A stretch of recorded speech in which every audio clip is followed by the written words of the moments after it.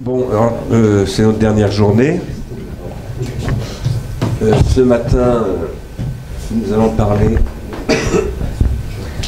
de choses qui a affaire à ce que nous appelons la recherche contributive. Et cet après-midi, nous parlerons d'aspects plus industriels.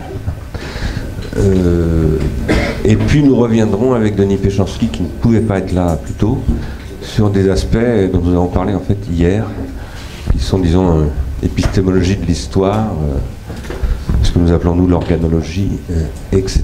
Et l'éditorialisation aussi d'ailleurs. Donc c'est pas mal qu'en fait Denis termine avec la problématique éditoriale, enfin avec dans la dernière partie où nous allons aborder les questions d'éditorialisation, parce que je pense qu'en histoire, et en particulier dans le projet que nous portons avec Épistémé, qui est lié à France Télévisions, puisque nous travaillons sur un feuilleton télévisé,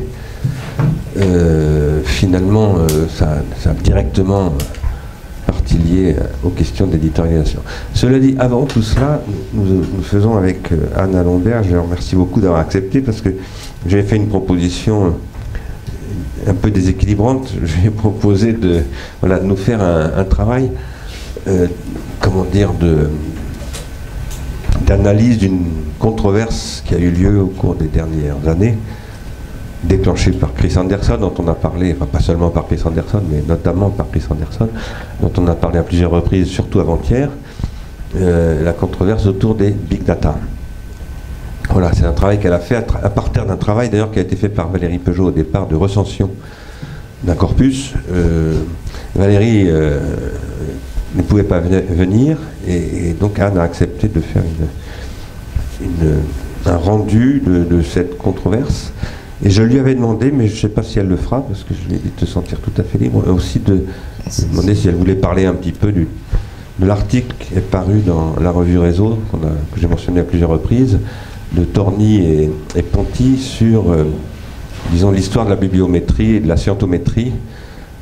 Ce dont a parlé avant-hier Dominique Cardon, puisqu'en fait c'est Dominique Cardon qui a dirigé ce volume. C'est lui d'ailleurs qui a invité Antoinette Rouvroy à y intervenir également. Et Dominique Cardon a invité donc Ponty et Torny et a repris leurs propres thèses et a développé ses propres thèses par ailleurs sur, voilà, pour ce qui concerne la compréhension de notamment ce qui joue à travers les moteurs de recherche. Nous considérons à l'IRI, c'est-à-dire aussi dans le réseau des partenaires de l'IRI, aussi bien les membres de l'IRI, les industriels, les membres de l'IRI, et l'Institut Mines Télécom qui est membre de l'IRI, et dans le réseau Digital Studies, que ces éléments, disons, d'industrie de l'édition et de l'édition scientifique, qui sont devenus, peut-être qu'Anne en dira un mot tout à l'heure, finalement des éléments, selon moi en tout cas, d'une politique industrielle d'infrastructure de l'édition scientifique fortement portée par le gouvernement américain, l'armée américaine, l'industrie américaine, etc., mais qui n'était pas forcément fait dans ce but au départ. Mais ça, c'est le génie des États-Unis de savoir attraper ce qui passe au vol très vite. C'est la bêtise des Européens d'en être absolument incapables. Donc Ponty et Torny donnent des éléments de généalogie, je reprends un terme qu'utilisait hier Antoinette Rouvroy, extrêmement intéressant, qui contribue d'ailleurs, alors là très précisément, à ce qu'elle appelait, en reprenant une expression de Michel Foucault, des régimes de vérité. Donc voilà, j'avais demandé à Anne, mais je lui ai dit de se sentir très libre parce que c'était lui demander beaucoup de choses dans un temps limité, si elle pouvait en dire quelques mots, surtout pour vous donner de l'appétence à lire ces textes si vous ne les avez pas lus, ou simplement pour recadrer un peu un propos général qui traverse les 3 jours du séminaire en réalité. Voilà, donc merci encore beaucoup Anne, je vous cède la parole. Je tiens à dire que Anne fait partie des gens qui, comme Paul-Émile Geoffroy et d'autres, travaillent dans l'IRI par pure conviction. Bon, maintenant Paul-Émile, on a pu lui trouver enfin une ressource, mais voilà, c'est grâce à eux que l'IRI existe. C'est-à-dire qu'il y a des gens qui viennent à l'IRI, sont des amateurs au sens où on parlait de Gérald hier, qui viennent en disant voilà, moi j'aime travailler dans ce genre de structure, dans ce genre de structure, j'en sais rien après tout, parce que je parle à leur place, donc peut-être qu'ils n'aiment pas du tout. Mais en tout cas, ils viennent comme ça, ils ne demandent pas d'argent. Nous essayons de leur en trouver, bien entendu. Mais voilà, et ils contribuent énormément à la richesse de l'IRI. Peut-être c'est la principale richesse de l'IRI. Donc merci encore. Et je vous laisse la parole. Bon, donc pour aborder la question du rôle des big data et des technologies numériques dans la recherche scientifique, je vais donc procéder en 2 temps. D'abord, je vais tenter de présenter le débat autour de l'article de Chris Anderson intitulé The End of Theory, The Data Deluge Makes the Scientific Method Obsolete, qui pose la question de l'utilisation des big data et des technologies de calcul algorithmique par les chercheurs. Puis j'essaierai de rendre compte rapidement de l'article de David Pontier et Didier Torny intitulé La manufacture de l'évaluation scientifique, paru dans la revue Réseau, qui traite de l'évolution des outils bibliométriques, donc de l'histoire des mesures quantitatives des productions scientifiques par l'application d'algorithmes à des jeux de données, et donc cette fois de l'utilisation des technologies numériques, et donc aujourd'hui des big data, pour évaluer le travail des scientifiques. Donc en fait, ça m'est apparu comme une manière d'entrer par 2 voies différentes dans la question de la recherche à l'époque des technologies numériques, en s'interrogeant d'une part sur le rôle des technologies numériques dans la pratique de la recherche, et d'autre part sur le rôle des technologies numériques dans l'évaluation de la recherche. Ça pourrait aussi renvoyer à 2 manières de comprendre la question de la vérité du numérique. Ce qu'on entend d'abord dans l'expression « la vérité du numérique », c'est du numérique, donc c'est-à-dire le fait qu'il y aurait une vérité propre au numérique, que les technologies numériques modifieraient les façons de produire et de construire des vérités, qu'elles modifieraient les critères et les mesures de la vérité dans tous les champs scientifiques. Et en cela, l'expression nous inviterait à interroger l'utilisation de ces technologies par les chercheurs et les scientifiques censés produire des vérités. Donc la question de la vérité du numérique serait ici à entendre comme la question de savoir comment produire des vérités avec les technologies numériques. Mais ce qu'on entend aussi dans l'expression « la vérité du numérique », c'est la vérité. Et du coup, la question de la vérité du numérique deviendrait celle de savoir ce que les technologies numériques font à la vérité en général, au sens où elles modifient non pas seulement les manières de produire des vérités, mais les conditions même de production de la vérité et du savoir. Et en ce deuxième sens, la question de la vérité du numérique nous inviterait à interroger l'utilisation des technologies numériques dans l'évaluation de la recherche de la vérité. Donc la question de la vérité du numérique serait ici à entendre plutôt comme la question de savoir comment créer les conditions de possibilité de la production de vérité avec les technologies numériques. Donc j'entendrai ici les technologies numériques dans un sens assez large, à la fois les technologies informatiques en général, donc par exemple l'application d'un algorithme à un jeu de données au sein d'un outil bibliométrique, et aussi les big data en particulier, c'est-à-dire la récupération de quantités massives de données issues donc par des détecteurs, des capteurs ou des traces produites par les individus sur Internet, et le traitement de ces données par des algorithmes qui permettent leur visualisation sous forme de modèles mathématiques. Donc voilà, je donnais juste ces précisions pour dire que quand je présenterai le premier article de Chris Anderson, j'aurai en tête la question de la vérité du numérique comme la question du rôle des technologies numériques dans la pratique de la recherche. Et quand je présenterai le deuxième article, j'aurai en tête la question de la vérité du numérique comme la question du rôle des technologies numériques dans l'encadrement de la recherche. Et j'espère montrer qu'en fait ces 2 questions sont intrinsèquement liées. Donc tout d'abord, je vais tenter de présenter une vision un peu globale du débat autour de l'article de Chris Anderson. Donc je vais d'abord présenter rapidement la thèse et l'argumentation de Chris Anderson, puis j'essaierai d'exposer les principales critiques et objections qui lui ont été adressées à partir de différents points de vue, issus à la fois des sciences naturelles comme des sciences humaines et sociales. Et donc je me baserai pour cela sur les articles de Dana Boyd et Kate Crawford, intitulés 6 Provocations for Big Data et The Hidden Biases in Big Data, et sur les réactions d'un groupe d'intellectuels, The Reality Club, publié sur le site Edge. Donc certains des arguments évoqués ici mériteraient sans doute d'être approfondis, précisés ou analysés plus en détail, mais le but sera plutôt de les faire fonctionner ensemble pour en présenter un panorama un peu général qui permette de critiquer la position d'Anderson ou au moins de mettre au jour les présupposés qui la soutiennent. Donc dans l'article The End of Theory, Chris Anderson soutient la thèse selon laquelle, à l'époque des big data, l'accumulation des données numériques et leur traitement automatique par des algorithmes peut et doit se substituer à la démarche scientifique et à l'élaboration de théories par le chercheur. En effet, dans son article, Anderson prétend opposer 2 manières de faire de la science. Il y aurait une ancienne pratique scientifique, désormais dépassée, qui repose sur la méthode traditionnelle consistant pour le chercheur à observer un phénomène, à imaginer des modèles théoriques permettant de l'expliquer, puis à tester la validité de ses hypothèses dans l'expérience.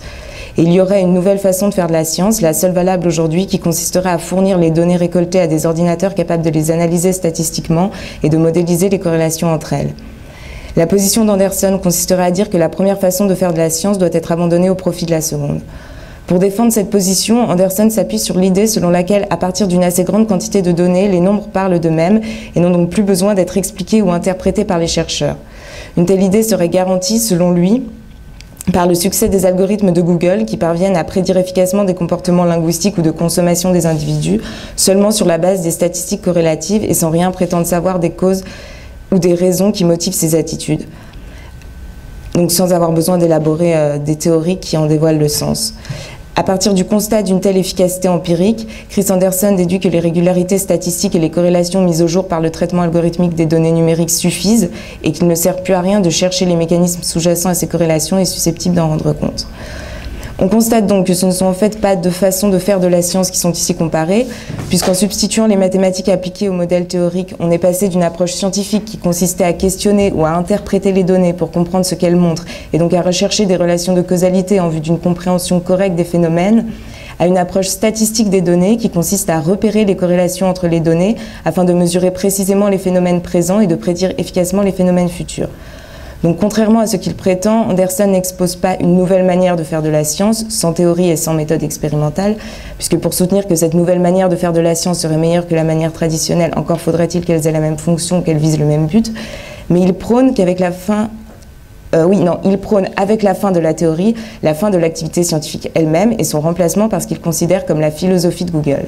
C'est ce qui apparaît d'ailleurs clairement dans le cas spécifique des sciences humaines, où Anderson n'hésite pas à pousser sa thèse à bout et à affirmer que sans leur dimension théorique, des sciences comme la linguistique ou la sociologie ne sont plus rien et peuvent donc être radicalement abandonnées.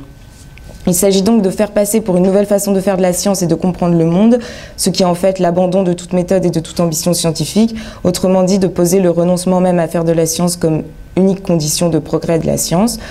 Donc tout l'enjeu de cette rhétorique consiste sans doute à faire passer pour une alternative entre deux méthodes scientifiques, une alternative entre rejet et adaptation. En effet, il semble que, même s'il ne l'exprime pas en ces termes, l'alternative que pose effectivement Anderson dans son article puisse se résumer de la manière suivante.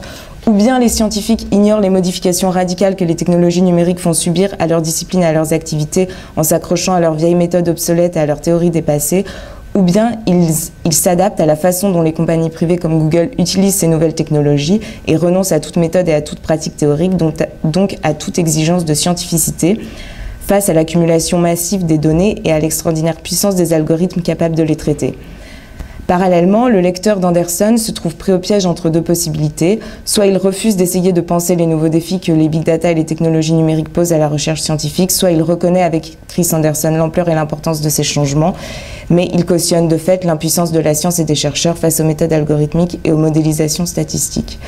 Donc l'intérêt principal des réactions à la position d'Anderson me semble résider dans le fait de montrer qu'il est possible de dépasser cette alternative entre rejet et adaptation en lui substituant une troisième voie qui pourrait être comprise comme une logique de l'adoption en tant qu'elle consiste à poser la nécessité pour les scientifiques d'étudier positivement et intrinsèquement le phénomène des big data afin de le comprendre et de se l'approprier.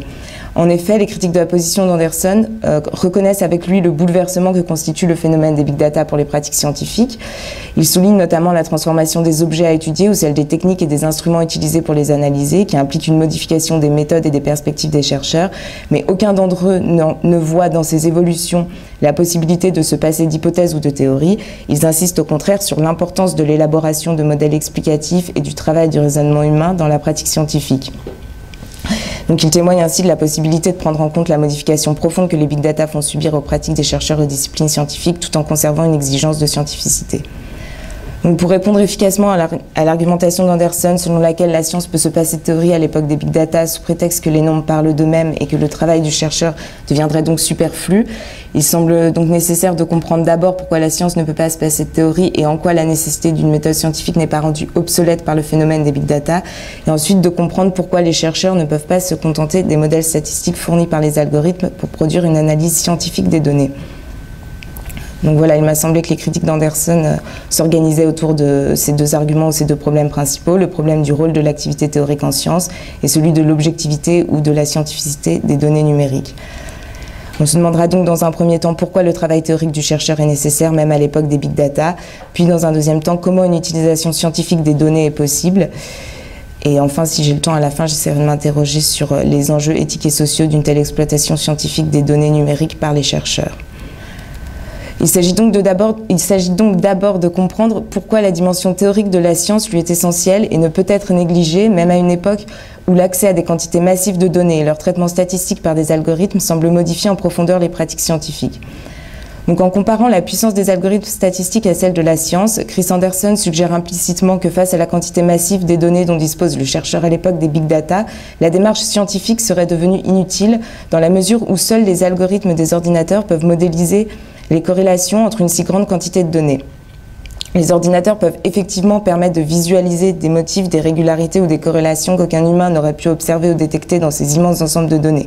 Ils permettent donc aux chercheurs de faire de nouvelles découvertes ou de tester plus rapidement leurs hypothèses en mettant en relation des phénomènes qui n'avaient jamais pu être comparés auparavant ou en mesurant quantitativement des phénomènes qui n'étaient pas mesurables auparavant. En effet, de nombreux articles soulignent que la spécificité des big data consiste non seulement dans l'augmentation quantitative des données, mais surtout dans le caractère connecté des informations ainsi obtenues et dans l'accès à des mesures quantitatives concernant des variations individuelles des comportements ou des interactions humaines. Cependant, l'accès à une plus grande quantité d'informations et à des informations d'un nouveau genre, qui est indéniablement rendu possible à l'époque des données numériques, ne dispense pas les chercheurs du travail théorique. En effet, pour qu'une corrélation passe du statut de simple donnée à celui de découverte scientifique, il faut qu'elle constitue pour le chercheur la réponse à un questionnement préalable et que sa constatation par ce dernier s'inscrive de manière pertinente dans un protocole de recherche et surtout qu'elle soit reconnue fiable et utilisable par l'ensemble de la communauté. Le raisonnement théorique du chercheur est donc présent avant, pendant et après le traitement algorithmique des données par les ordinateurs. Avant, car c'est un chercheur qui a posé les questions pertinentes, élaboré des hypothèses et choisi en fonction les données qu'il désirait mettre en relation. Pendant, car ce sont des hommes qui ont incorporé leur savoir théorique dans les machines pour permettre aux algorithmes de chercher dans le déluge des données les événements potentiellement signifiants. Et après, car c'est un chercheur qui évaluera la qualité et la fiabilité des réponses obtenues et leur capacité à répondre adéquatement aux questionnements scientifiques. Autrement dit, si les conditions d'observation et d'expérimentation se transforment à l'époque des big data, ce qui ne semble justement pas changer, c'est l'omniprésence de la théorie dans la pratique scientifique. Elle en demeure à l'origine, donc dans la mise en place des hypothèses et des protocoles expérimentaux. Elle en demeure aussi l'aboutissement dans l'évaluation des résultats et elle imprègne même les instruments de la recherche. Donc si l'hypothèse porte sur des données fournies par des ordinateurs et non plus issues d'une observation qu'on pourrait croire directe de la nature, s'il est possible désormais de découvrir une nouvelle molécule ou une exoplanète grâce à un algorithme repérant des irrégularités statistiques, la découverte ou l'hypothèse n'en repose pas moins sur l'inventivité théorique d'un chercheur humain qui guide en permanence les travaux des scientifiques. Pour le dire simplement, les données ne génèrent que des données et non de la connaissance scientifique. Or, si la machine et ses algorithmes peuvent traiter une quantité massive de données, ils ne sont pas à l'origine ni des interrogations ni des méthodes scientifiques. Au contraire, ce sont d'autres interrogations et d'autres méthodes qui ont permis l'élaboration de ces algorithmes et de ces machines. Il est donc trompeur de croire qu'il suffirait de jeter les nombres dans des ordinateurs, alors que cela peut prendre des années à un scientifique de développer une simulation et de la mener au point où elle puisse donner un résultat utile. Quand bien même le fait d'obtenir des réponses exactes serait devenu facile, la valeur de la science et la condition de son progrès ne résident pas dans la quantité des réponses obtenues, mais dans la pertinence des questions posées et dans la fiabilité des protocoles expérimentaux mis en place pour y répondre. Par contre, si l'analyse statistique des données par les algorithmes ne suffit pas à produire une connaissance scientifique, il faut reconnaître avec Chris Anderson qu'elle permet de mesurer précisément les comportements humains ou les phénomènes naturels et dans une certaine mesure de les anticiper efficacement. Un problème demeure cependant dans la mesure où le succès empirique des algorithmes de Google est ici considéré comme un argument contre l'utilité des théories scientifiques. Sous prétexte que Google n'a pas besoin de théorie pour faire des prédictions efficaces mais peut anticiper les phénomènes seulement sur la base d'analyses statistiques, la science devrait cesser de chercher à expliquer les phénomènes par des modèles théoriques et se contenter de constater des corrélations.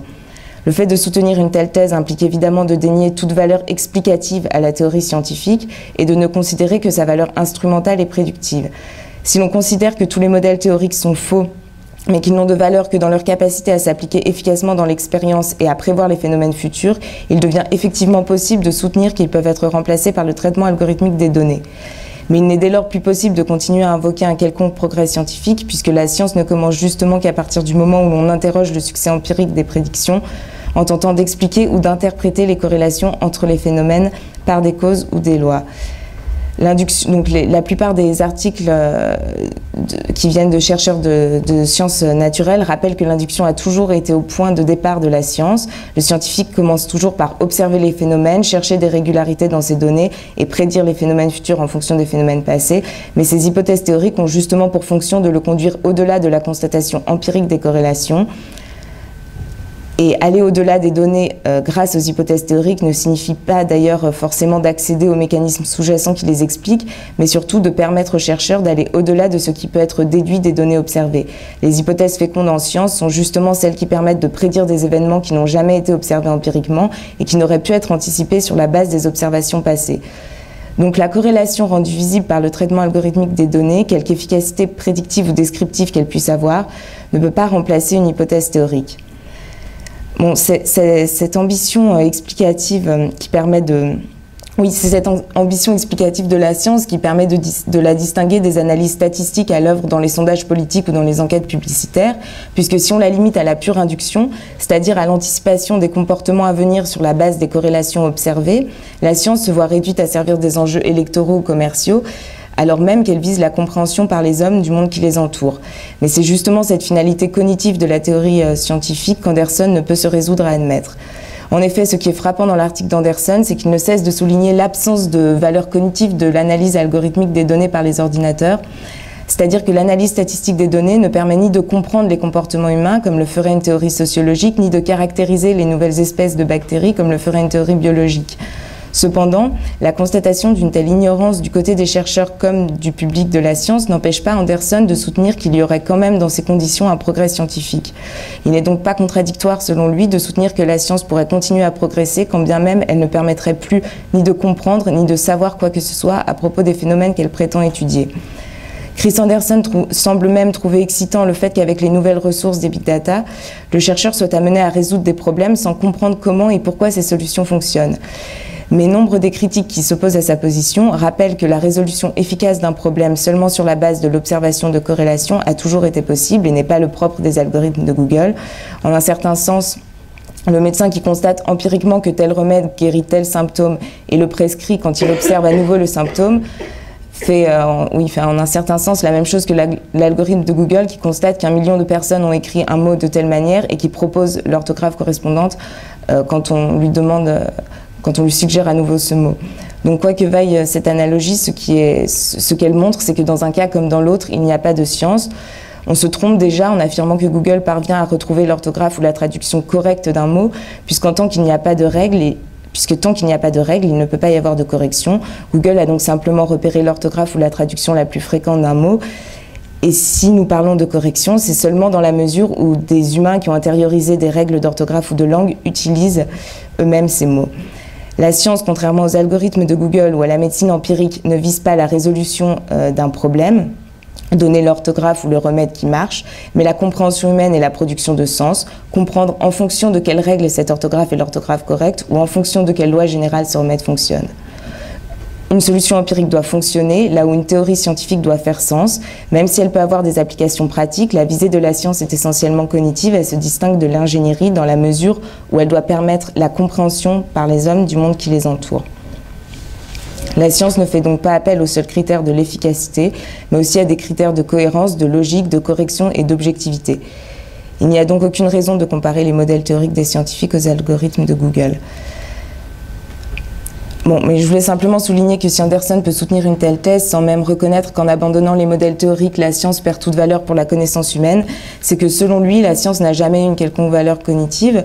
Il ne cesse en effet de répéter dans son article que tous les modèles théoriques sont faux et ne permettent pas de comprendre quoi que ce soit sous prétexte qu'ils ont été remis en cause et dépassés au cours de l'histoire des sciences.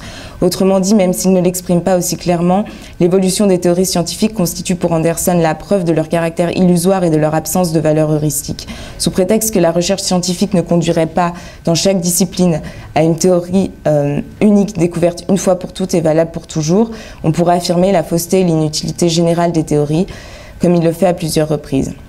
Donc, pour lui, le fait que les lois de Newton... Comment ? Pardon, je parle... Ah non, non, je connais ce que vous dites, excusez-moi. Ça lui arrive souvent de prendre la parole comme ça. Okay. Mais continuez. Il passera. Donc oui, pour Chris Anderson, en effet, le fait que les lois de Newton aient été remises en cause par la mécanique quantique ou que la théorie des gènes récessifs et dominants ait été falsifiée par la découverte de l'influence de l'environnement sur les caractères héréditaires constituent des preuves que les physiciens et les biologistes doivent cesser de chercher et d'élaborer des théories. Bref, c'est avant tout parce qu'il considère le progrès scientifique comme une succession d'échecs théoriques qu'Anderson peut faire passer l'abandon de la théorie pour un progrès scientifique.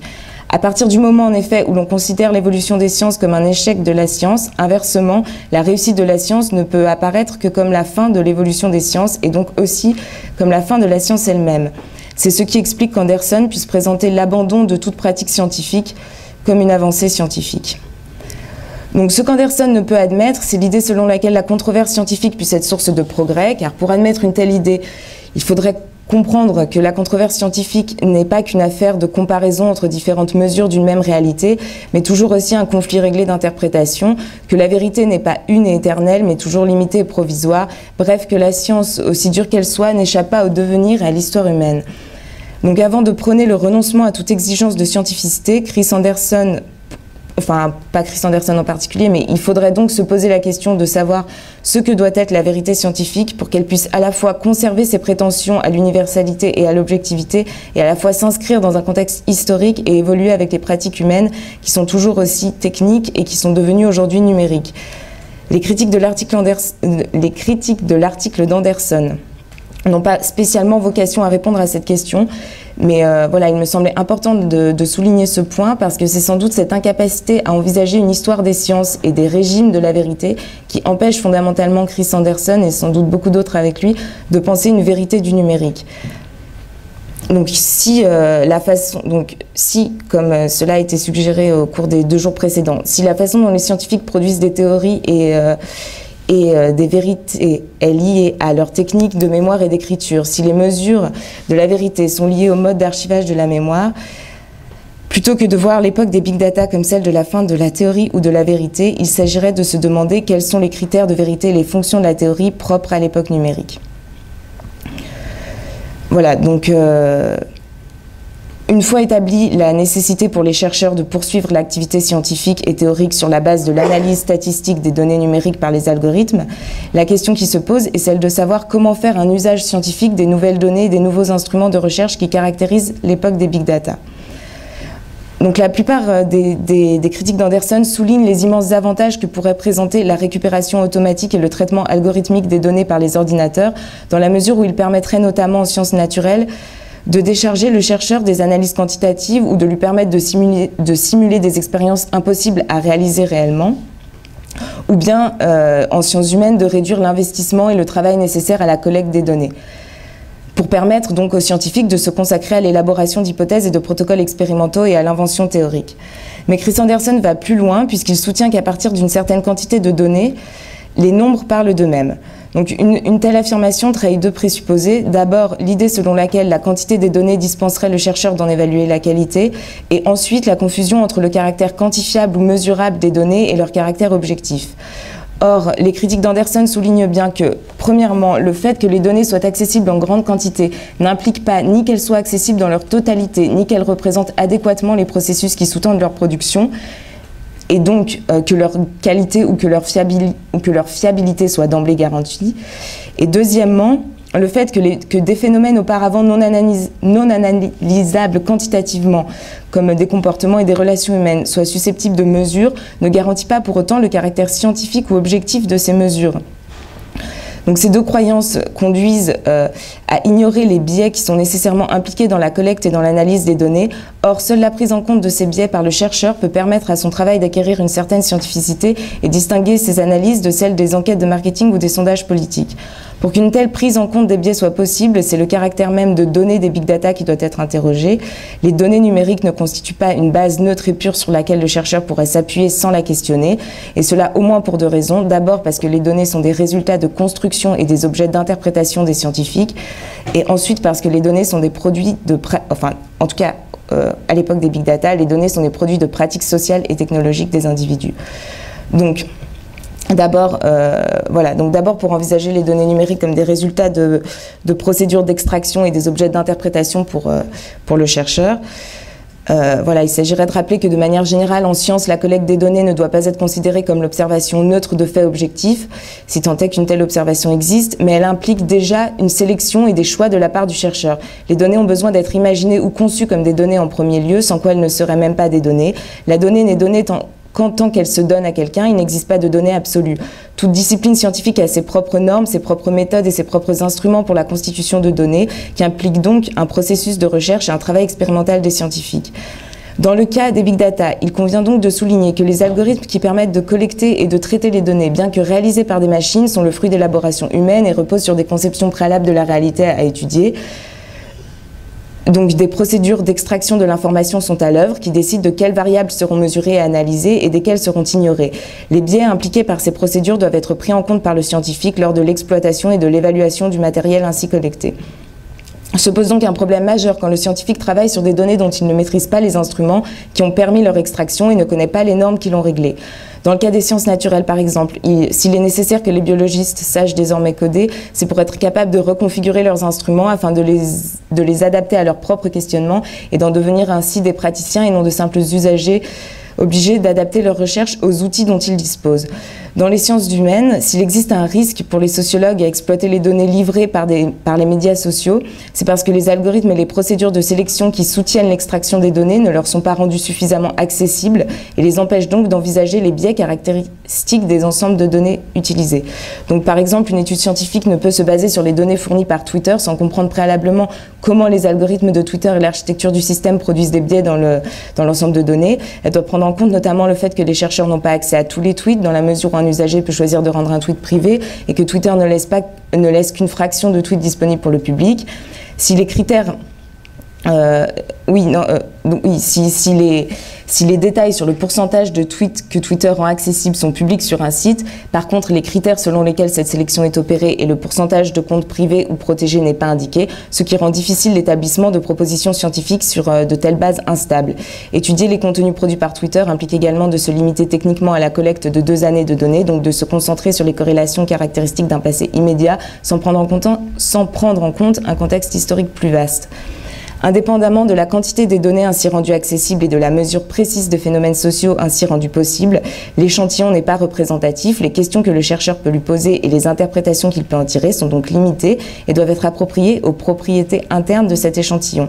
Si les propriétés internes des échantillons de données qui découlent directement de la manière dont ces données ont été collectées ne sont pas étudiées et questionnées pour elles-mêmes, la quantité massive des données disponibles qui semblait constituer un apport pour la science ne fera qu'augmenter le risque d'erreur et de mésinterprétation. Donc, oui, voilà, je voulais juste souligner que le problème des biais dans la collecte et l'analyse des données scientifiques n'est pas un problème nouveau et n'a jamais constitué un obstacle indépassable pour les chercheurs. Au contraire, le fait de considérer les données comme des objets d'interprétation, des matériaux de recherche et de travaux et non des résultats finis a toujours engagé les scientifiques à réfléchir sur leurs procédés méthodologiques et à modifier leurs pratiques. Cependant, cette rigueur méthodologique et cette réflexivité critique du chercheur ont elles-mêmes des conditions de possibilité extra-scientifiques. À partir du moment où les instruments permettant de collecter et d'analyser les données ne sont plus conçus par les scientifiques eux-mêmes et réservés à leurs pratiques, et c'est le problème qui se pose avec les données numériques, le problème... Voilà, il y a 2 nouveaux problèmes qui vont se poser, qui sont celui de l'accès aux données et des compétences nécessaires pour les analyser. La possibilité d'une étude scientifique des big data repose donc sur 2 enjeux majeurs. L'acquisition par les chercheurs en sciences sociales comme en sciences naturelles de la capacité à lire les nombres, c'est-à-dire à produire, à comprendre et à interpréter les modèles statistiques fournis par les algorithmes qui traitent les données, et l'accès par les chercheurs à ces nombres ou à ces données. Donc la capacité à lire les nombres ou à produire les nombres suppose que l'enseignement de compétences informatiques ne soit pas réservé aux ingénieurs, mais intégré à des formations en sciences humaines et sociales. La question que posent les technologies numériques à la recherche est aussi une question posée à l'enseignement, à savoir quelle formation fournir aux étudiants pour qu'ils soient aussi à l'aise avec les algorithmes et l'analyse de données qu'avec la théorie et les méthodes des sciences naturelles et surtout des sciences sociales. Bon, cela rejoint le problème des nouveaux scripts qu'avait évoqué Jean Lassègue au début de ce séminaire. Le problème de l'égalité d'accès aux données se pose aussi, dans la mesure où ce sont les compagnies privées qui possèdent aujourd'hui des richesses incommensurables pour la connaissance de l'humanité. Or, il existe un immense fossé entre ces entreprises et le monde universitaire. À partir du moment où les compagnies qui collectent les données conservent un contrôle total sur les procédures qui ont permis de les obtenir et les personnes qui ont le droit de les voir, aucune étude objective de ces données ne peut être envisagée. Ceux qui font partie des compagnies des médias sociaux ou qui ont les moyens d'acheter les données auront un accès privilégié, sans compter que ce conditionnement social ou idéologique aura nécessairement un effet sur les enquêtes mesurées. De plus, les résultats de ces enquêtes seront de plus en plus soustraits à toute possibilité d'évaluation et de critique par les autres chercheurs, privés de l'accès aux données et aux méthodes sur lesquelles se basent ces recherches.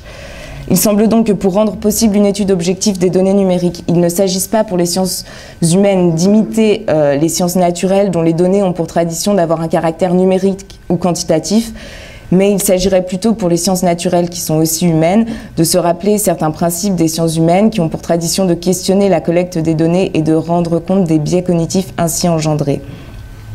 Bon, mais si les sciences humaines ont une telle tradition, c'est que historiquement, en sciences sociales, la collecte des données constitue une opération complexe, laborieuse et chronophage qui demande beaucoup de ressources et fait partie intégrante du travail du scientifique.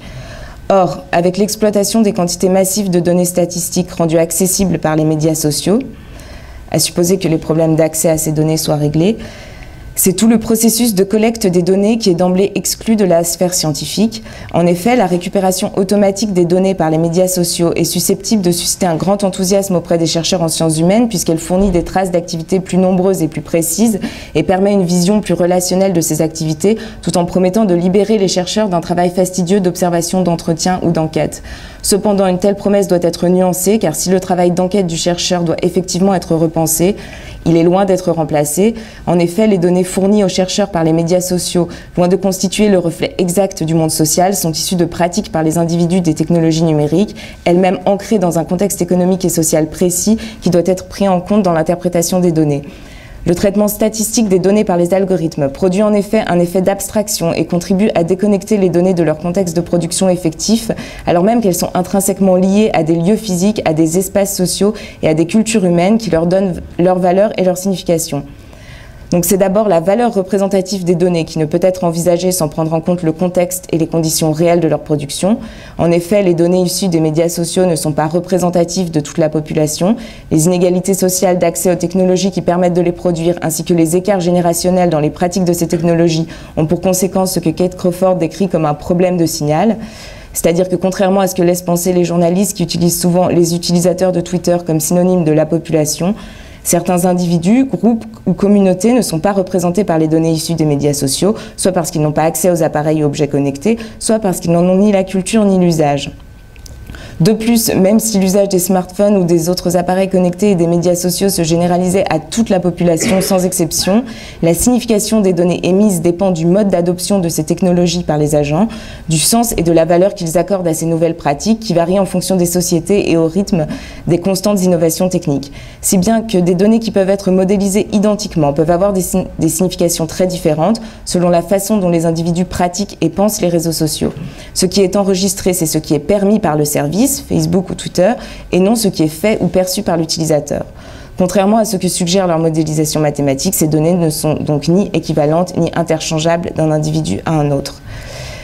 À partir du moment où les chercheurs basent leur étude sur l'observation des big data qui sont issus de l'utilisation des technologies numériques et des médias sociaux par les individus dans des contextes socio-économiques et culturels complexes, il semble essentiel pour tirer de ces données des conclusions qui se voudraient scientifiques de comprendre ces utilisations dans leur grande diversité et dans leurs rapides évolutions.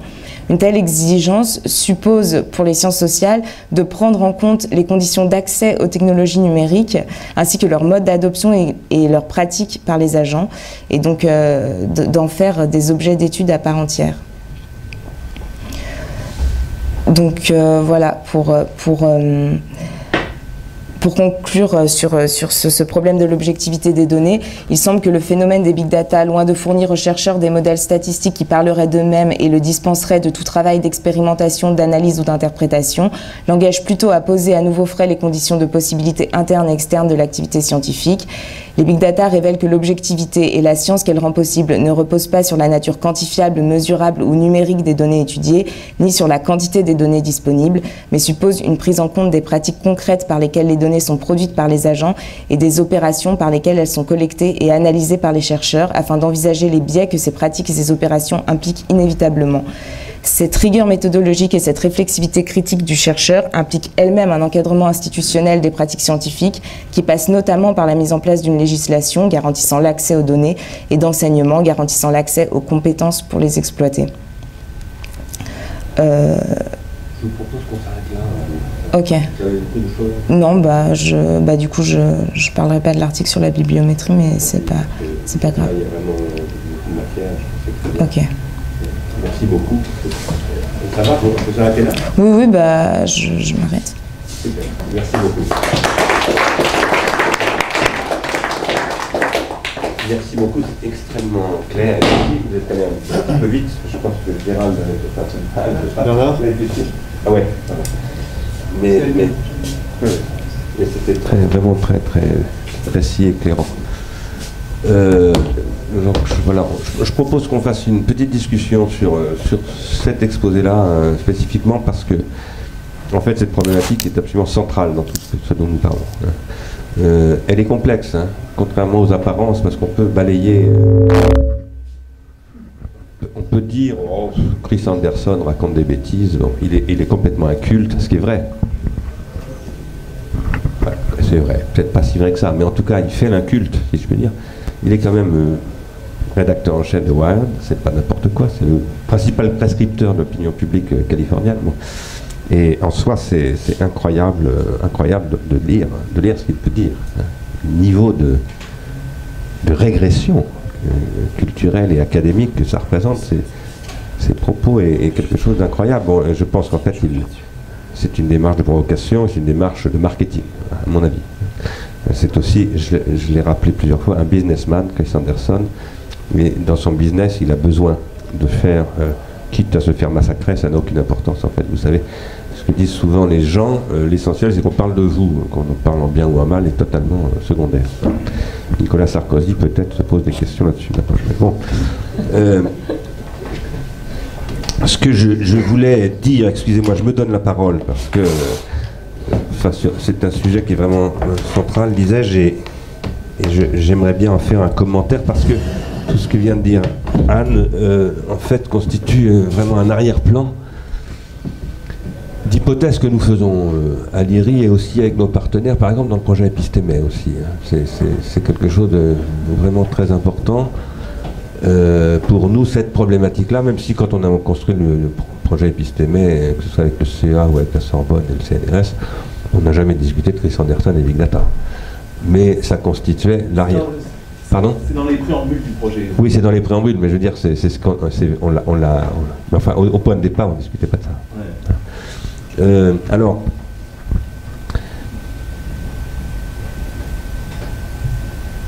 la question, je crois que ce qu'a dit Anna Lambert, c'est que parmi les gens qu'elle cite, Dana Boyd par exemple, ou d'autres, il ne s'agit pas d'être dans...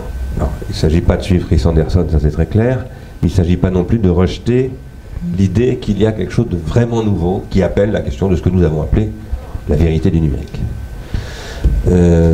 Et qui s'inscrit complètement, vous l'avez très bien montré, en particulier au début de l'exposé, dans la question des régimes de vérité. Bon. Quel est, on pourrait le dire, plutôt la vérité du numérique. Je le redis, hein, je l'avais dit hier, mais on a choisi ce titre un peu médiatique, hein, un peu à la façon de Libération. On va vous dire la vérité en peinture, comme disait Derrida à propos d'une lettre de Cézanne qui écrit à un moment donné « Je vous dirai la vérité en peinture ». Ce qui peut s'entendre dans plusieurs sens, hein, vous avez bien compris. La vérité du numérique, on peut l'entendre comme on va vous dévoiler la vérité sur le numérique, c'est-à-dire que c'est que du bidon, que ça produit que des mensonges, et que c'est un anti-régime de vérité, bon, par exemple. Mais c'est pas forcément ça. On va vous dévoiler, par exemple, ce que vous cache le numérique, tout simplement. Ce qui n'empêche pas d'être un régime de vérité, car les régimes de vérité cachent toujours quelque chose. Et c'est ça que disait Antoinette Rouvroy, qui produit une incertitude. Et c'est pas une dissimulation délibérée et un complot, c'est un processus dont Nietzsche a beaucoup parlé, les voiles de la vérité. Ou bien on peut dire, et en fait moi je revendique tout ça en réalité, on peut dire, le numérique, c'est ce que disait aussi Anne, produit de la vérité. Un nouveau type de vérité, il faut valoriser, si je puis dire, évaluer et vérifier cette vérité, en quelque sorte, si j'ose dire. C'est un peu idiot, c'est un peu faible ce que je viens de dire, excusez-moi, mais je le dis comme ça néanmoins. Nous nous inscrivons évidemment totalement dans cette optique. Nous pensons qu'il ne faut pas nous laisser aller à une tentation. J'en parlais avec Eva Kruk hier, une tentation qui est plus qu'une tentation, qui est presque une obligation. On sait, lorsqu'on présente un projet scientifique, un projet de recherche-développement, un projet important aujourd'hui, qu'il faut construire une rhétorique médiatique. Faute de quoi, ça ne passera pas. Ça ne passera pas les cabinets ministériels, ça ne passera pas les cabinets des grandes directions générales, etc., etc.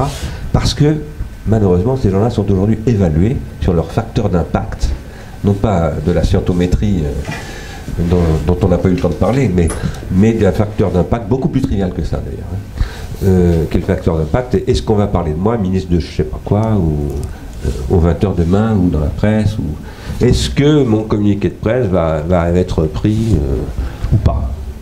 Et nous intériorisons tous plus ou moins ces choses-là, sans même nous en rendre compte. Donc nous adoptons progressivement des rhétoriques ou des démarches qu'a très bien décrites hier matin, et je vous recommande, si vous n'étiez pas là, de regarder cet exposé, Vincent Prié, dans le domaine... Vincent, oh c'est pas vrai. Je vous ai marié. Vincent Minier. Bon, il y a une petite homophonie quand même entre vos noms. Yannick Prié est là et Vincent Minier n'est pas là. Ils travaillent ensemble sur ce projet avec nous. Donc, Vincent Minier a bien montré comment la production des images astrophysiques, c'est-à-dire des images scientifiques, se fait dans un monde des images.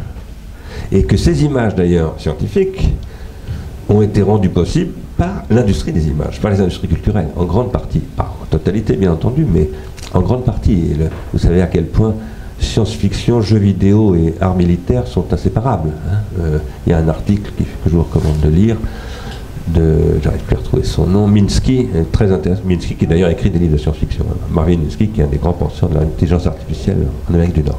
Bon, je ne veux pas m'égarer parce qu'il ne faut pas que je parle longtemps, mais ce que je veux dire, c'est donc que nous nous inscrivons totalement dans cette optique qu'a présentée tout à l'heure Anne, qui est de poser qu'il y a un régime de vérité numérique. Voilà.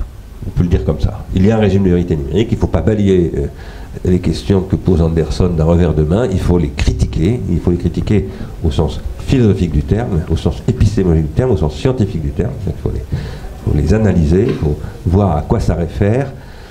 Et moi je dirais qu'il faut passer du fait au droit.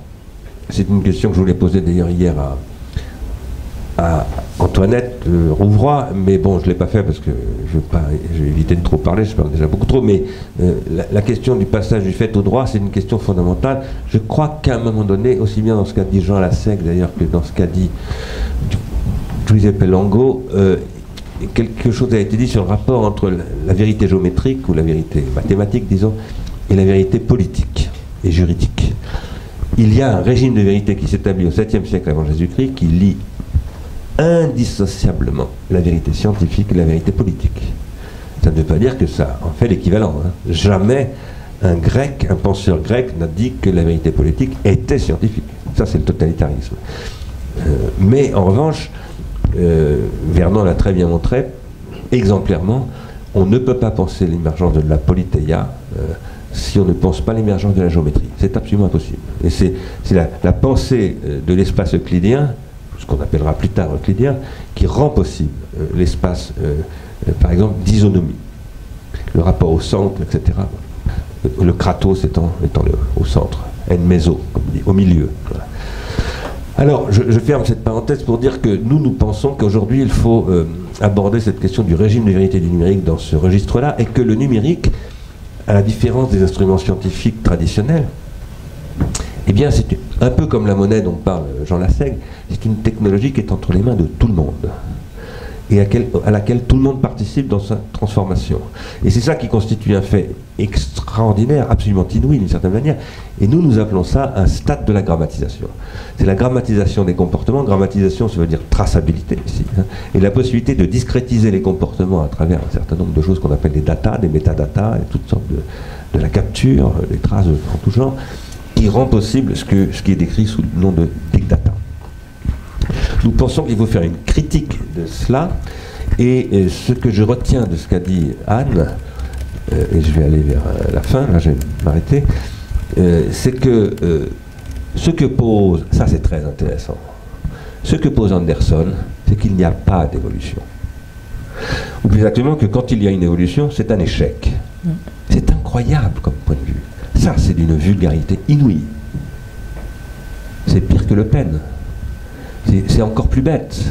Parce que c'est une ignorance scientifique absolument incroyable, qui relève aussi bien de la physique que de la biologie, que de la théorie de l'information, et qui relève de ce qu'on appelait avant-hier l'entropie et la négantropie.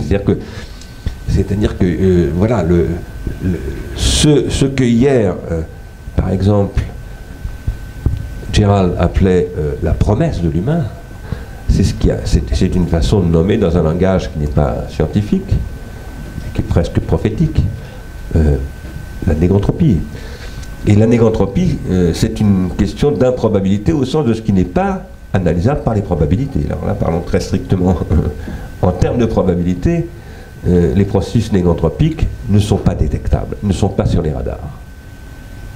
Alors la seule chose qui compte, c'est la négantropie. Et je crois, moi, que ce qu'on appelle la politeia, c'est une façon d'inscrire la possibilité négantropique dans un régime particulier qui n'est pas la négantropie du temps de l'individuation vitale, c'est-à-dire de l'évolution au sens darwinien, mais le temps de la décision collective qui permet de créer des évolutions qui étaient absolument improbables. Absolument improbables. Et c'est ça l'objet de la science. C'est toujours ça. La science, c'est ce qui sait qu'il y a de l'improbable, dans ce sens-là. Qui est aussi l'improbable, c'est aussi ce dont parlent les poètes, comme Yves Vaudefoy, par exemple, ou Maurice Blanchot. Et c'est pas la même chose, mais en même temps, il y a un point de convergence de tout cela. Alors, je tenais à parler de ça, parce que quand on dit, par exemple, la culture, c'est fondamental dans la vie d'une société, c'est ce point de convergence-là. Et il est aujourd'hui absolument capital de reconstruire une politique de l'improbable, une politique scientifique, une politique, si je peux dire, une politique culturelle, etc., de la culture de l'improbable. L'improbable, c'est ce qui doit être cultivé. Et spontanément, ça régresse. Nous sommes des êtres absolument régressifs.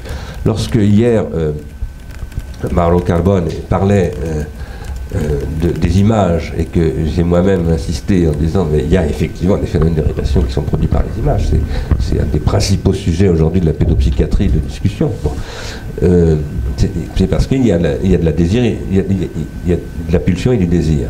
Mauro disait les régimes n'ont pas de vérité mais de fenêtres, de visibilité, il disait.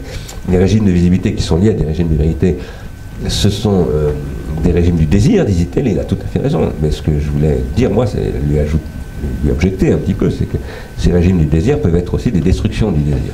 Et aujourd'hui, c'est ce que nous vivons à travers la déliaison des pulsions, le devenir pulsionnel du désir, qui est une régression du désir. L'homme régresse sans arrêt, a toujours tendance à régresser, c'est l'axiome de base d'Aristote, c'est l'axiome de base aussi d'ailleurs de Socrate au début, dans Protagoras. Et donc cette régression que Pindare que Simonide avait formulé ainsi, seul Dieu peut jouir du privilège d'être toujours présent en lui-même, ça veut dire de ne pas régresser, que le christianisme d'ailleurs porte comme le problème de la tentation, etc. C'est ce que combat la science aussi. La science, c'est ce qui combat la confusion du fait et du droit. Le fait est un fait, mais ce n'est pas parce que c'est un fait que c'est un droit. Et donc c'est pas parce que de fait il n'y a que des misérables aujourd'hui au Brésil qu'on va dire bon bah c'est un fait. Ben non, c'est pas un fait. Oui, c'est un fait, mais c'est pas acceptable. Voilà. C'est d'ailleurs pas que des misérables au Brésil. J'ai dit ça en pensant à ce qui se passe dans certaines parties du Brésil. Je parle beaucoup trop. Je vais terminer en posant que je crois qu'il y a tout un travail à faire, un programme scientifique à engager à partir de ce que disait Anne et les articles dont elle parlait, très précis du régime de vérité numérique. Et que dans l'analyse de ce régime très précis de vérité numérique, sur lequel moi j'aimerais bien qu'on travaille avec Dominique Cardon, par exemple, qui est un des meilleurs en France, et même en Europe, qui travaille sur ces questions. Il est excellentissime, mais je pense qu'il faudrait l'attirer vers des sujets comme ça, plus, par exemple, pour analyser les processus de sélection cachés par les dispositifs. Il y a des processus de sélection, mais ce sont des processus de sélection cachés. En science, en principe, la sélection n'est jamais cachée. Ce qui fait qu'une science est une science, c'est qu'elle affiche toujours la couleur de la sélection. Sinon, c'est pas une science, c'est une idéologie, c'est tout ce que vous voulez. Et la science se donne toujours des procédures d'explicitation des processus de sélection. C'est absolument fondamental, c'est ce qu'on appelle les règles scientifiques. Et je crois que aujourd'hui, voilà, ça c'est une objection que je ferai, non pas à ce que vous avez dit Anne, mais à ce que disaient certains que vous commentiez, qui disaient une théorie imprègne toujours les instruments de la recherche. Non, je ne crois pas que ce soit, dans le cas des technologies dont on parle là, justement, ce ne sont pas des théories qui imprègnent les instruments de la recherche. Ce sont des stratégies, des idéologies, sans théorie. Et c'est tout le problème. C'est pour ça que je citais Greenspan lundi matin. Parce que Greenspan, à un moment donné, a dit il n'y a pas de théorie dans notre pratique économique du trading haute fréquence, et c'est ça précisément le problème. Voilà. Donc, je crois qu'aujourd'hui, le gros problème que nous avons, et ça c'est un problème fondamental pour une épistémologie des instruments scientifiques contemporains et pour une politique nationale et européenne de cela, c'est d'élaborer justement des instruments de recherche dans lesquels il y a une théorie et dont il y a une théorie. Pour le moment, il n'y en a pas. Et ça, c'est absolument fondamental. Acter cela, ça ne veut pas dire rejeter les instruments tels qu'ils sont. Ça veut dire précisément ce que vous avez dit, et ça, j'étais vraiment enchanté que vous le disiez ainsi. Ça veut dire adopter ces instruments. Et les adopter, c'est au sens où hier, on parlait de l'individuation avec Gérald. C'est les individuer, c'est-à-dire que c'est les faire évoluer, justement, et en faire aussi, et les théoriser comme instrument d'une évolution. Voilà. Précisément pour s'écarter de l'idéologie d'Anderson, parce qu'en fait, Anderson, ce qui est très intéressant, c'est qu'il représente extrêmement bien, finalement, un concentré de l'idéologie qui règne, malheureusement, énormément sur ces technologies.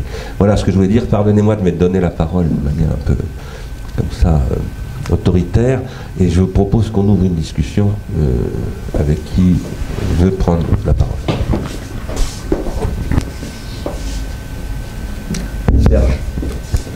Serge Proux. Allô.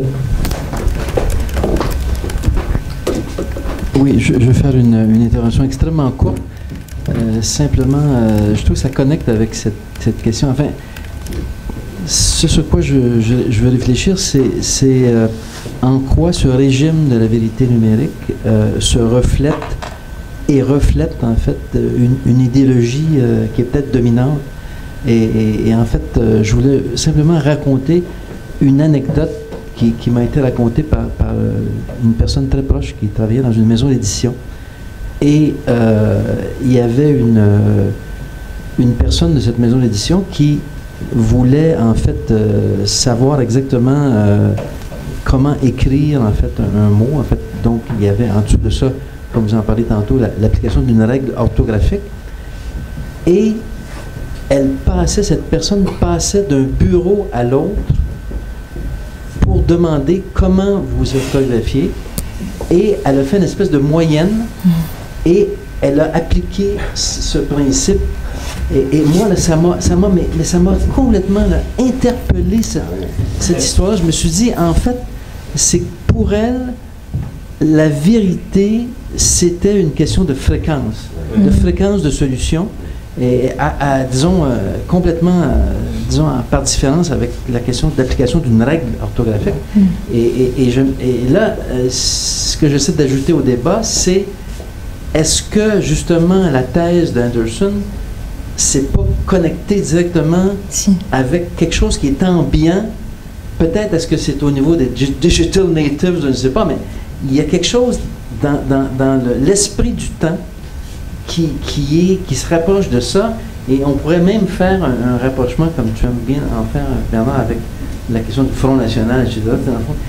Ils vont chercher quelque chose dans l'esprit du temps, et on dirait qu'il y a un certain nombre d'observateurs critiques qui ne voient pas cette chose. Vous êtes d'accord avec ça?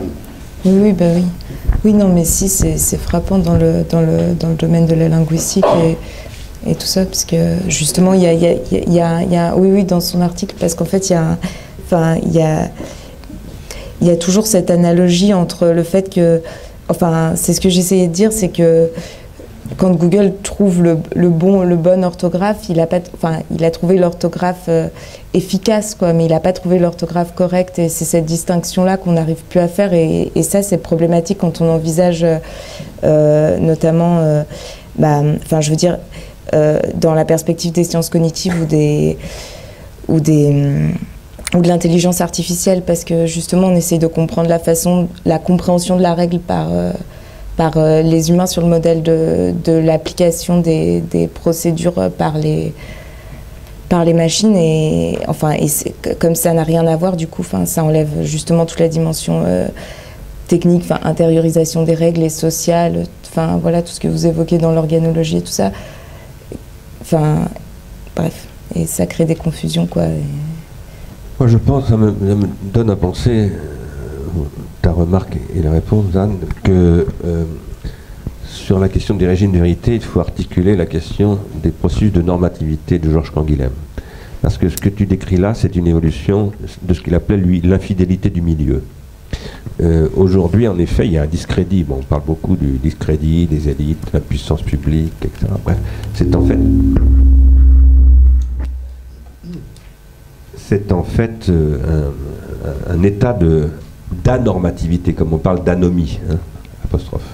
Et je pense qu'il y a une anomie et une anormativité du numérique qui impose en fait des normes purement computationnelles. C'est ça que j'appelais d'ailleurs le capitalisme l'hypercapitalisme computationnel avant-hier. Et je crois que c'est vraiment important ça serait intéressant de rapporter ça à Canguilhem.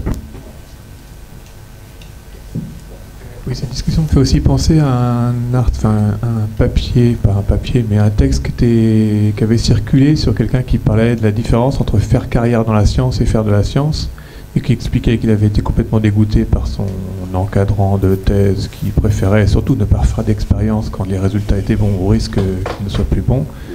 Et je pense que depuis quelques années, on assiste pas mal à des gens qui venaient faire de la science et qui se rendent compte que c'est pas du tout ce qu'ils imaginaient, les conditions ne sont pas du tout celles qu'ils imaginaient. On voit aussi des candidats qui mettent tout de suite en avant leur impact factor parce qu'ils ont bien compris que pour avoir une place, donc je pense que donc ça s'aggrave, et je pense qu'il y a notamment urgence. Et je pense aussi qu'il y a un problème, c'est que quand il y a eu l'ANR qui a été créée, tous les chercheurs ont crié au scandale, la recherche par projet c'est mal, mais quand les guichets ont ouvert, tout le monde s'est précipité.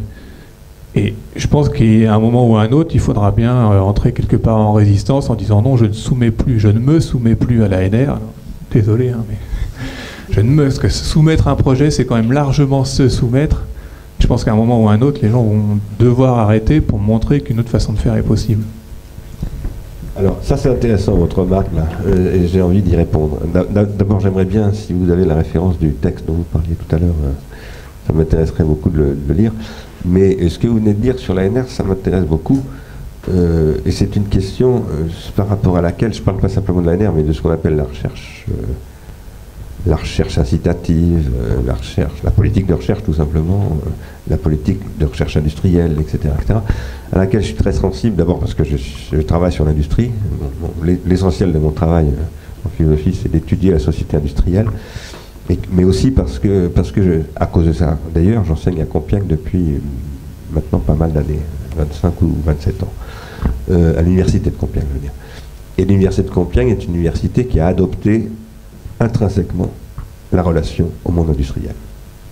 Alors, par ailleurs, j'enseigne aussi en Angleterre, j'ai enseigné aux États-Unis, bon, et j'ai apprécié énormément la stimulation produite par la relation au milieu économique, social, etc., avec énormément de biais. Hein. Donc, Chris Anderson est un représentant illustre, bon, et effroyable. Et je pense que peut-être Gerald aurait beaucoup de choses à dire sur ce point-là. Mais ce que je veux dire, c'est que, et c'était d'ailleurs un point que je développe dans mon livre qu'il a cité hier, État de choc, où je fais une critique de la position de Derrida, qui est l'université sans condition voulant dire nous ne travaillons pas avec les ingénieurs, nous ne travaillons pas avec les industriels, nous ne travaillons pas sous contrainte, etc. Je pense que c'est un leurre. Je pense que dans une société technoscientifique, c'est complètement à l'heure. Et je crois que ça veut pas dire que je ne comprends pas ce que vous dites ou que je ne comprends pas ce qu'a dit Jean Lassalle autrefois. Hein. Parce que moi, j'ai tendance souvent à adopter des positions comme celle-là. Parce que des fois, j'en ai ras-le-bol de la bêtise de ce système. Mais je pense que c'est notre rôle d'améliorer ce système plutôt que de le rejeter. C'est un petit peu comme avec Chris Anderson et les régimes de vérité numérique. C'est là. Bon. Et aujourd'hui, nous sommes une société industrielle qui repose. La société industrielle, qu'est-ce que c'est? C'est une société qui repose sur le fait que la connaissance, je l'ai rappelé au début de ce séminaire, est une fonction de production économique. À partir de là, tout financement et toute politique et qui doit rendre compte, ça s'appelle la démocratie, que ça nous plaise ou pas, que Hollande nous plaise ou pas, que Sarkozy nous plaise ou pas, etc. Ça s'appelle la démocratie. Et nous devons... Voilà, alors, à partir de là, comment est-ce qu'on peut faire? Moi, je combats complètement le discours tour d'ivoire, etc., que ce soit des scientifiques, des philosophes, je ne sais pas quoi. Je pense que c'est du vent, et c'est en plus pas honnête vis-à-vis des étudiants. Mais en revanche, je suis d'accord avec ce que vous dites, il y a de très très gros problèmes. Moi-même, je suis aujourd'hui, je fais partie d'une commission de l'ANR, et j'y suis allé parce que, alors, les gens qui m'aiment pas, il y en a quelques-uns qui disent bah, c'est un arriviste comme tous les autres. Moi, j'essaye de défendre des idées. Et d'ailleurs, si nous avons organisé ça, et si Eva est là aujourd'hui, c'est parce que j'essaye de mettre en place des dispositifs, des boucles positives, entre différentes couches qui sont indispensables au fait de la recherche scientifique. Que ça nous plaise ou pas, c'est un fait, nous sommes dans cette époque. Et donc, et c'est d'ailleurs une chose dont j'ai parlé à l'INRIA la semaine dernière, aux journées scientifiques de l'INRIA. Je pense que, c'est vraiment, je saisis votre intervention, là, vraiment pas, pour dire les entretiens du mouvement industriel le 5 et 6 décembre prochain, le but, c'est d'améliorer le système. Et de faire et qu'on améliore le système, non pas en disant on va empêcher de parler les emmerdeurs dans votre genre, ou les gens Lassalle qui disent mon truc, moi, améliorer l'université, 15 articles dans toute ma vie, voilà ce que je veux comme critère d'évaluation. C'est pas sérieux. C'est une provocation. Il n'y a pas que Chris Anderson qui fait des provocations. Mais il faut entendre, ça a du sens, une provocation. Mais je pense qu'à un moment donné, il faut passer à un autre niveau. C'est-à-dire que je pense qu'il faut trouver des procédures où, par exemple, un des gros problèmes que nous avons, je crois que je peux le dire, Eva, c'est que, par exemple, ce qu'on fait dans l'axe, ce qu'on appelle l'axe 2 du défi numéro 7, qui est études numériques. C'est-à-dire ce qui promeut les sujets dont on parle ici, Digital Studies. On se fait canarder par SHS. Bon. Parce qu'il y a un problème, si vous voulez, de non-communication entre la sphère des ingénieurs, la sphère des mathématiciens, parce qu'ingénieurs et mathématiciens, ça ne marche pas toujours très bien, hein, et la sphère des sciences humaines, etc. Il faut dépasser ça. Il faut dépasser ça, non pas pour faire une science interdisciplinaire, comme le disait Antoinette Rouvroy, qui noie toutes les disciplines, mais pour produire un concert transdisciplinaire et qui fasse que ça discute. Voilà. Il faut qu'on fasse évoluer le système dans ce sens-là. C'est ce qu'on essaye de faire. Pardonnez-moi de me donner la parole un peu. Eva, vous voulez dire quelque chose? Alors, j'avais pas particulièrement prévu de parler de l'ANR, mais je vais quand même, non pas répondre, mais enfin, si faire ma réponse habituelle. Je dis que l'ANR a deux métiers, le financement de la recherche sur projet et bouc émissaire de tout ce qui ne va pas dans la recherche en France. Parce que, juste pour vous donner un ordre d'idée, excusez-moi de parler un petit peu d'argent, le budget de l'ANR, c'est 3% du budget de la mission interministérielle pour la recherche et l'enseignement supérieur. Bon. Donc, il y a une grosse visibilité, ça cristallise beaucoup de choses, et je suis d'accord qu'il y a un débat à avoir hein, sur comment est-ce que l'ANR doit marcher, ou si elle doit exister d'ailleurs. C'est tout à fait des choses c'est un débat qui est ouvert. Voilà, donc je voulais simplement dire ça.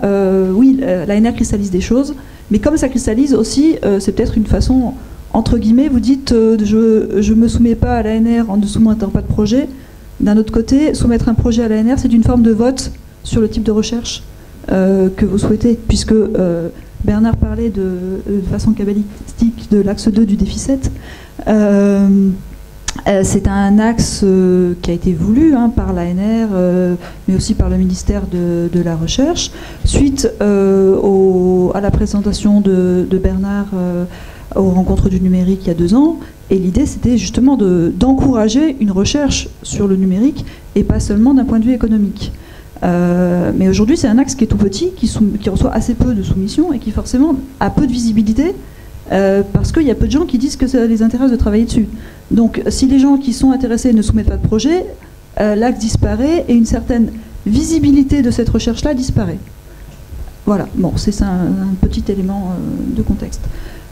Sinon, c'est pas pour ça en fait que je demandais la parole tout à l'heure. D'abord, une chose à propos de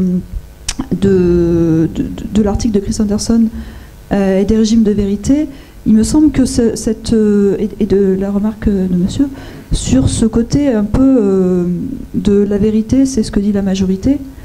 C'est des choses qu'on lit déjà dans Tocqueville quand il parle de ce côté démocratique et refus de l'autorité. Et du coup, à l'extrême, ça pousse sur le... Il n'y a pas d'opinion qui valent plus que les autres, mais du coup, la seule opinion qui vaut, c'est celle de la majorité. Donc c'est pas lié au numérique. Le numérique ne fait, à mon avis, qu'amplifier cette chose-là, mais c'est beaucoup plus profond et du coup sur le rôle de l'université, qui avait quand même aussi un rôle d'autorité d'une certaine... qui détenait le savoir. Donc c'est ça qui est attaqué peut-être de façon plus visible par les big data enfin bon, c'est pas seulement lié au numérique. Et pour aller un petit peu dans ce sens-là, il y avait ma troisième remarque, c'est que par rapport à la vérité, et depuis peut-être à peu près un siècle, il y a quand même une question de est-ce que finalement on peut accéder à la vérité? C'était une question que se posait pas tellement Galilée. On cherchait les lois de la nature, on cherchait la vérité. Et puis, alors je ne sais pas si c'est la mécanique quantique ou la théorie du chaos ou tout le travail sur la certitude, mais à un moment, une question semble se poser, mais finalement, la vérité, est-ce qu'elle nous est accessible? Et à l'extrême, avec les progrès de l'intelligence artificielle, on en arrive à dire je vais déléguer à une machine le fait de me dire quelle est la vérité, et je renonce même à chercher une vérité que je suis capable de comprendre, c'est juste la machine qui va la comprendre.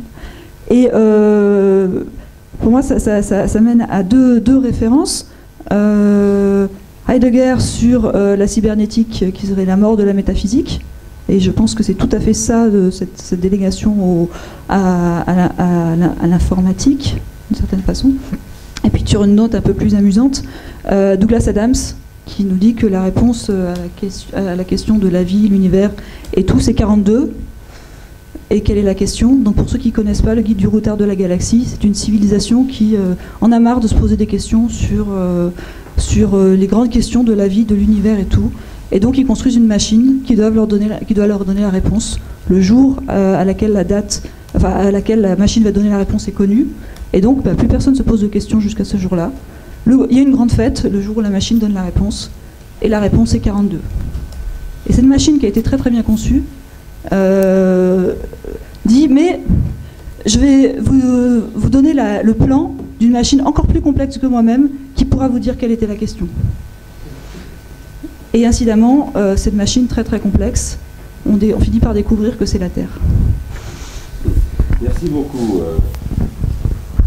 Merci beaucoup, Eva. C'est vraiment très intéressant.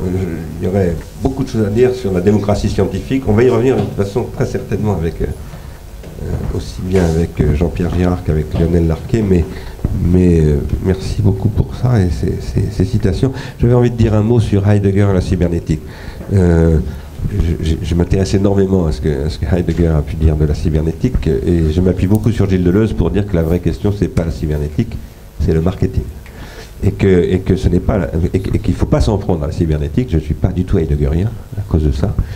Qu'il faut s'en prendre à une certaine marketisation de la cybernétique, ce qui est pas la même chose. Sur la question de la vérité, donc vous disiez, mais Galilée, etc., et puis depuis la théorie du chaos, depuis la mécanique quantique, bon, c'est en fait au XIXe siècle que ces régimes de vérité entrent en crise. Ils entrent en crise, je dirais, les régimes de la vérité moderne, c'est-à-dire qui continuent à poser qu'il y a, même si Kant dit par exemple, il faut critiquer, et donc il y a des limites, etc., Kant déjà met un peu en question tout cela, plus ou moins. Mais ça n'est qu'au XIXe siècle, cette mise en question est radicale. Et elle est provoquée par la révolution industrielle. Elle est provoquée par le régime de vérité industrielle. De ce point de vue-là, et c'est là que Tocqueville apparaît d'ailleurs, parce que Tocqueville, c'est dans cette époque-là. Et donc, et toutes les questions que vous avez posées s'inscrivent là-dedans. Ce que je crois, moi, c'est qu'il sera vraiment très important, très intéressant, peut-être un jour avec l'ANR, avec l'INRIA, dont vous faites partie, et avec laquelle nous discutons beaucoup, de faire un séminaire fermé sur les régimes de vérité. Et parce que quand Antoinette Rouvroy disait maintenant on est en train d'oublier ce que tout le monde sait à l'université, à savoir que la vérité n'est pas une et qu'elle ne... Mais pas du tout. Il y a très peu de gens qui raisonnent comme ça. Il n'y a que quelques Foucaldiens, quelques Derridiens, quelques Heideggeriens. Heidegger d'ailleurs a posé, c'est ça son point de départ, Heidegger, c'est de dire que l'aletheia, c'est le temps. Et donc c'est de l'évolution de ce point de vue-là. Hein. Donc c'est un processus, dirait Simondon. Si nous appuyons beaucoup sur Simondon, parce que je crois que Simondon a construit un des régimes de vérité les plus rigoureux qui soient, d'une vérité qui est processuelle. Et que Hegel avait déjà ouverte en disant, voilà, la vérité, c'est l'histoire en réalité. Donc c'est évolutif par nature.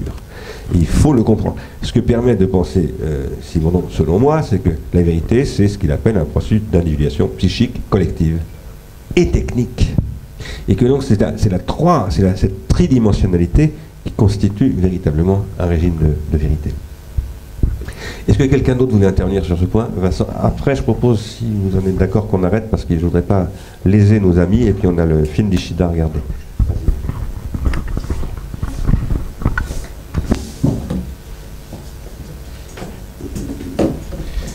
Oui, juste pour donner quelques éléments à l'appui de ce que Anne a très, très justement analysé.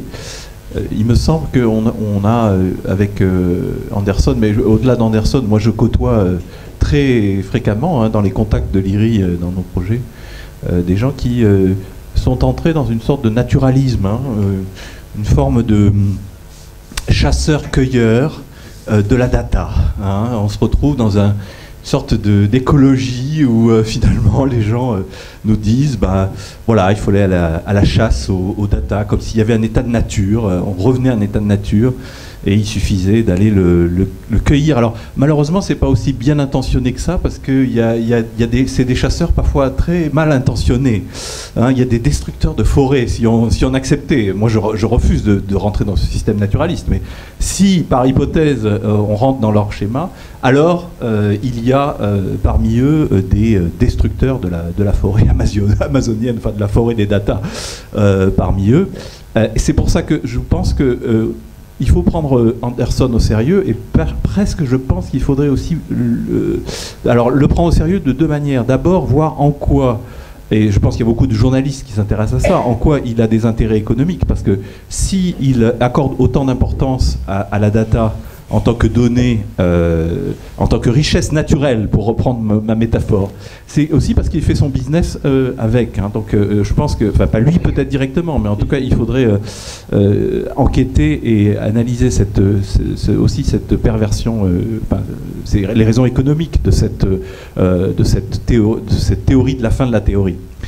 Et deuxièmement, voir si il serait quand même pas possible de, même dans l'hypothèse où on se limite à analyser les outils statistiques, d'en faire quand même une critique organologique, même presque en étant très proche des conceptions statisticiennes parce que mais ça, je crois qu'Anne l'a aussi souligné, je pense qu'il y aurait possibilité de montrer aussi les apories à certains moments. C'est-à-dire que Simondon dirait il faut toujours se préoccuper du milieu dans lequel ces outils sont utilisés, et je pense qu'on pourrait arriver à démontrer sur un certain nombre de cas précis que c'est une vraie illusion d'isoler comme ça les outils statistiques.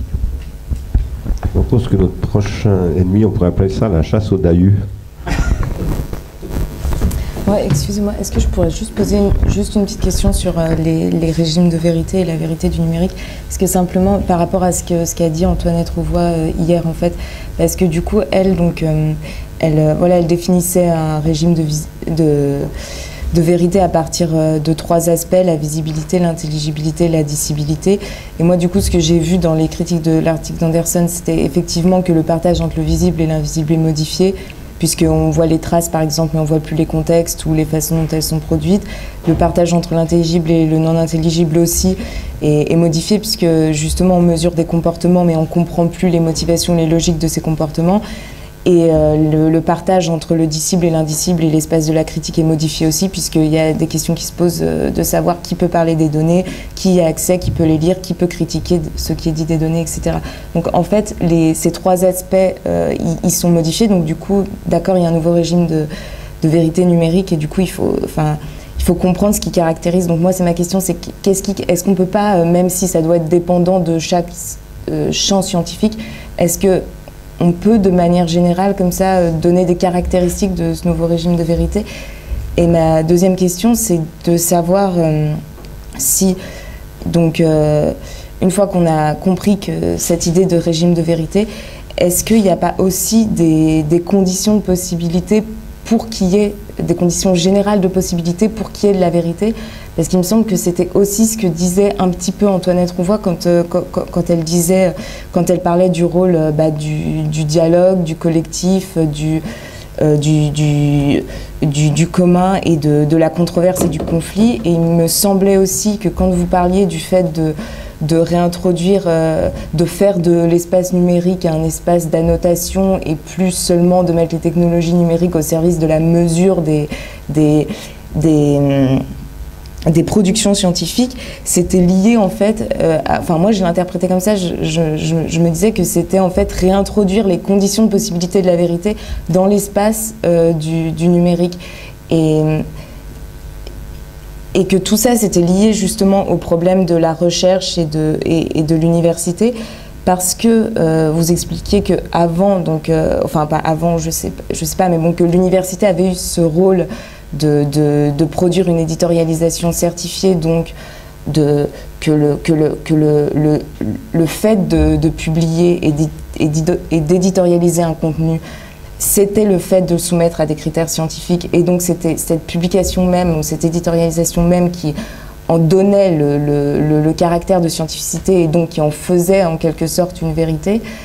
Alors qu'aujourd'hui, j'ai l'impression qu'avec les industries éditoriales justement dont vous parliez tout à l'heure, on mesure simplement une production qui est déjà supposément, on ne sait pas vraiment sur la base de quels critères, qui est déjà supposément scientifique, et simplement on la mesure par rapport à son impact social, quoi. Et du coup, le fait de publier n'a plus le même sens et n'a plus le même rapport à la vérité, en fait. Oui, tout à fait. Bon, si, la raison pour laquelle j'avais à un moment donné souhaité qu'on parle de Ponty et Torny, c'était parce que précisément ils décrivent un processus de publication qui lui-même converge maintenant avec ces dispositifs, oui, voilà. Avec ces dispositifs numériques d'évaluation, enfin, ou de qualification. Et je pense que là on atteint un stade critique qu'il faut critiquer précisément. Alors, vous parliez de conditions générales, voilà, de possibilités. Bon. Je ne suis pas sûr qu'il y ait des conditions générales de possibilités, mais je pense par contre qu'il y a des conditions organologiques, chaque fois spécifiques, mais qui se soumettent chaque fois à des règles, qui ne sont pas des conditions, qui sont des règles. Quand Eva parlait tout à l'heure, voilà, des questions par rapport à la vérité, bon, j'avais envie de répondre par Whitehead, parce que je le lis beaucoup en ce moment, donc, mais et préciser pourquoi, à un moment donné, on se repose la question de la cosmologie avec quelqu'un comme Whitehead, donc, qui essaye d'intégrer le processus dans la physique. C'est-à-dire que la physique, ce n'est plus seulement ce qui doit décrire un état de nature qui serait un état d'équilibre, c'est ce qui doit intégrer un processus précisément. Et s'il y a processus, c'est qu'il y a déséquilibre, sinon il n'y aurait pas de processus. Et ça, c'est une mutation radicale de la pensée, disons de la pensée de la nature ou des sciences de la nature en règle générale. Là-dedans, moi je pense qu'il y a un facteur qui joue de façon majeure, c'est ce que nous appelons nous l'organologique ou le pharmacologique. Derrida disait, d'ailleurs Gérald l'a rappelé hier, une condition de possibilité est toujours aussi une condition d'impossibilité. Je pense que ce sont les conditions d'impossibilité qu'il faut surtout essayer de penser aujourd'hui, qui sont des conditions de possibilité. Mais il faut les penser comme des conditions d'impossibilité, c'est-à-dire comme des limites. Mais des limites en un sens très très radicale. Alors, par exemple, quand vous repreniez les trois qualificatifs d'Antoinette, vous citiez l'intelligibilité. Le problème est que l'intelligible se pense depuis Platon en opposition au sensible. Et que ces critères dont vous parlez tout à l'heure sont pensés comme des oppositions. L'intelligible compose sans arrêt avec le sensible, c'est-à-dire avec son contraire. Il y a une condition sensible de l'intelligible. Mais Platon définit l'intelligible comme ce qui n'est pas sensible. Et pas seulement Platon. Tout ce qu'on appelle, jusqu'avec Heidegger, la métaphysique. C'est en ce sens-là que nous disons que ce sont des questions d'organologie. Parce que, qu'est-ce que nous appelons des questions d'organologie? Ce sont des questions qui font que l'intelligible est toujours produit en fait par du sensible. Sensible veut dire accidentel chez Platon. Sensible, ça veut dire aussi bien corporel que technique, c'est-à-dire ce qui n'est pas nécessaire, ce qui n'est pas éternel, ce qui n'est pas dans le ciel des idées, intemporel. Nous pensons qu'il n'y a que du temporel et qu'on ne peut pas opposer le sensible et l'intelligible. Donc, pourquoi est-ce que je dis cela? C'est parce que le régime des vérités du numérique, alors, à ce moment-là, et ça rejoint d'ailleurs des thèses de Derrida de 1967, c'est ce qui va mettre en crise le régime de vérité précédent, et en particulier pour faire exploser ces oppositions et les remettre en question. C'est là qu'à mon avis, le numérique est extrêmement intéressant.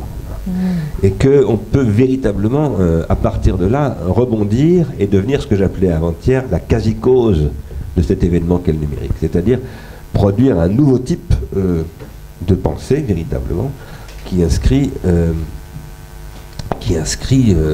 le numérique vraiment dans le devenir de la vérité, comme nouveau régime de vérité. Après, ce que vous disiez à propos de la notation, effectivement, je pense, moi, qu'aujourd'hui, il faut repenser ce que j'appellerais la Constitution, à la fois au sens de Husserl, dans son livre qui s'appelle « Les recherches pour la Constitution », qui sont, à mon avis, les études les plus extraordinaires de Husserl, et où d'ailleurs il donne un statut, par exemple, au livre. Le livre, c'est un objet investi d'esprit, et c'est très proche de ce que je disais l'autre fois sur la place de l'écriture dans la constitution de la géométrie chez Husserl. D'ailleurs, ce sont des époques proches. Il donne à la technique un statut phénoménologique. Et j'emploie le mot constitution dans ce sens-là, mais aussi au sens où il y a une constitution dans la République française, et au sens où j'ai dit au Conseil d'État il y a 6 mois, qui m'avait demandé de faire une conférence, qu'aujourd'hui le numérique, puisqu'il me demandait que rapport entre le numérique et le droit, je disais, si on ne réécrit pas la Constitution du point de vue d'une citoyenneté numérique, on bricole. Voilà. On est dans le bricolage, dans le replâtrage. Il faut à un moment donné poser les choses radicalement. Et ça, ce que je soutiens moi, ce que nous soutenons à l'IRI, c'est que pour que ça soit possible, il faut que l'espace numérique devienne un espace d'écriture et d'annotation. Et que la plateforme numérique elle-même soit repensée comme telle. Lorsque François Ier dit « je crée la bibliothèque royale », il y a des conditions pour publier qui sont de déposer, ce qu'on appelle le dépôt légal aujourd'hui, etc. Il définit un régime de vérité de la lettre imprimée. C'est absolument fondamental. Aujourd'hui, le législateur doit s'emparer de ce genre de choses. Le législateur, quand vous discutez avec lui, j'en vois beaucoup en ce moment, il est complètement largué. Il le dit lui-même. Il est totalement largué.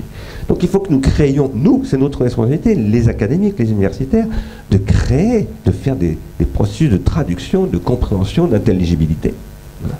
Mais en intégrant précisément les questions que vous posez et en essayant qui sont des questions difficiles. Mais en même temps, il faut les traduire. Et je pense que le temps est propice à ça. Parce que la crise, tout le monde a la trouille, il faut être clair. Tout le monde se dit, mais où est-ce qu'on est en train d'aller, quoi. Donc c'est un moment propice pour faire avancer véritablement des nouveaux régimes, pas simplement de vérité, mais d'organisation de l'administration de la preuve, etc., et de l'épreuve. Bon, on va s'arrêter, excusez-moi, parce que ça fait... On est en retard d'1 heure, donc à cause de moi, en gros. Merci beaucoup, Anne, et merci pour ce débat à vous tous. Et donc on va enchaîner sans pause, si quelqu'un a besoin d'aller aux toilettes, qu'il y aille, sans pause, maintenant avec Jean-Pierre Girard.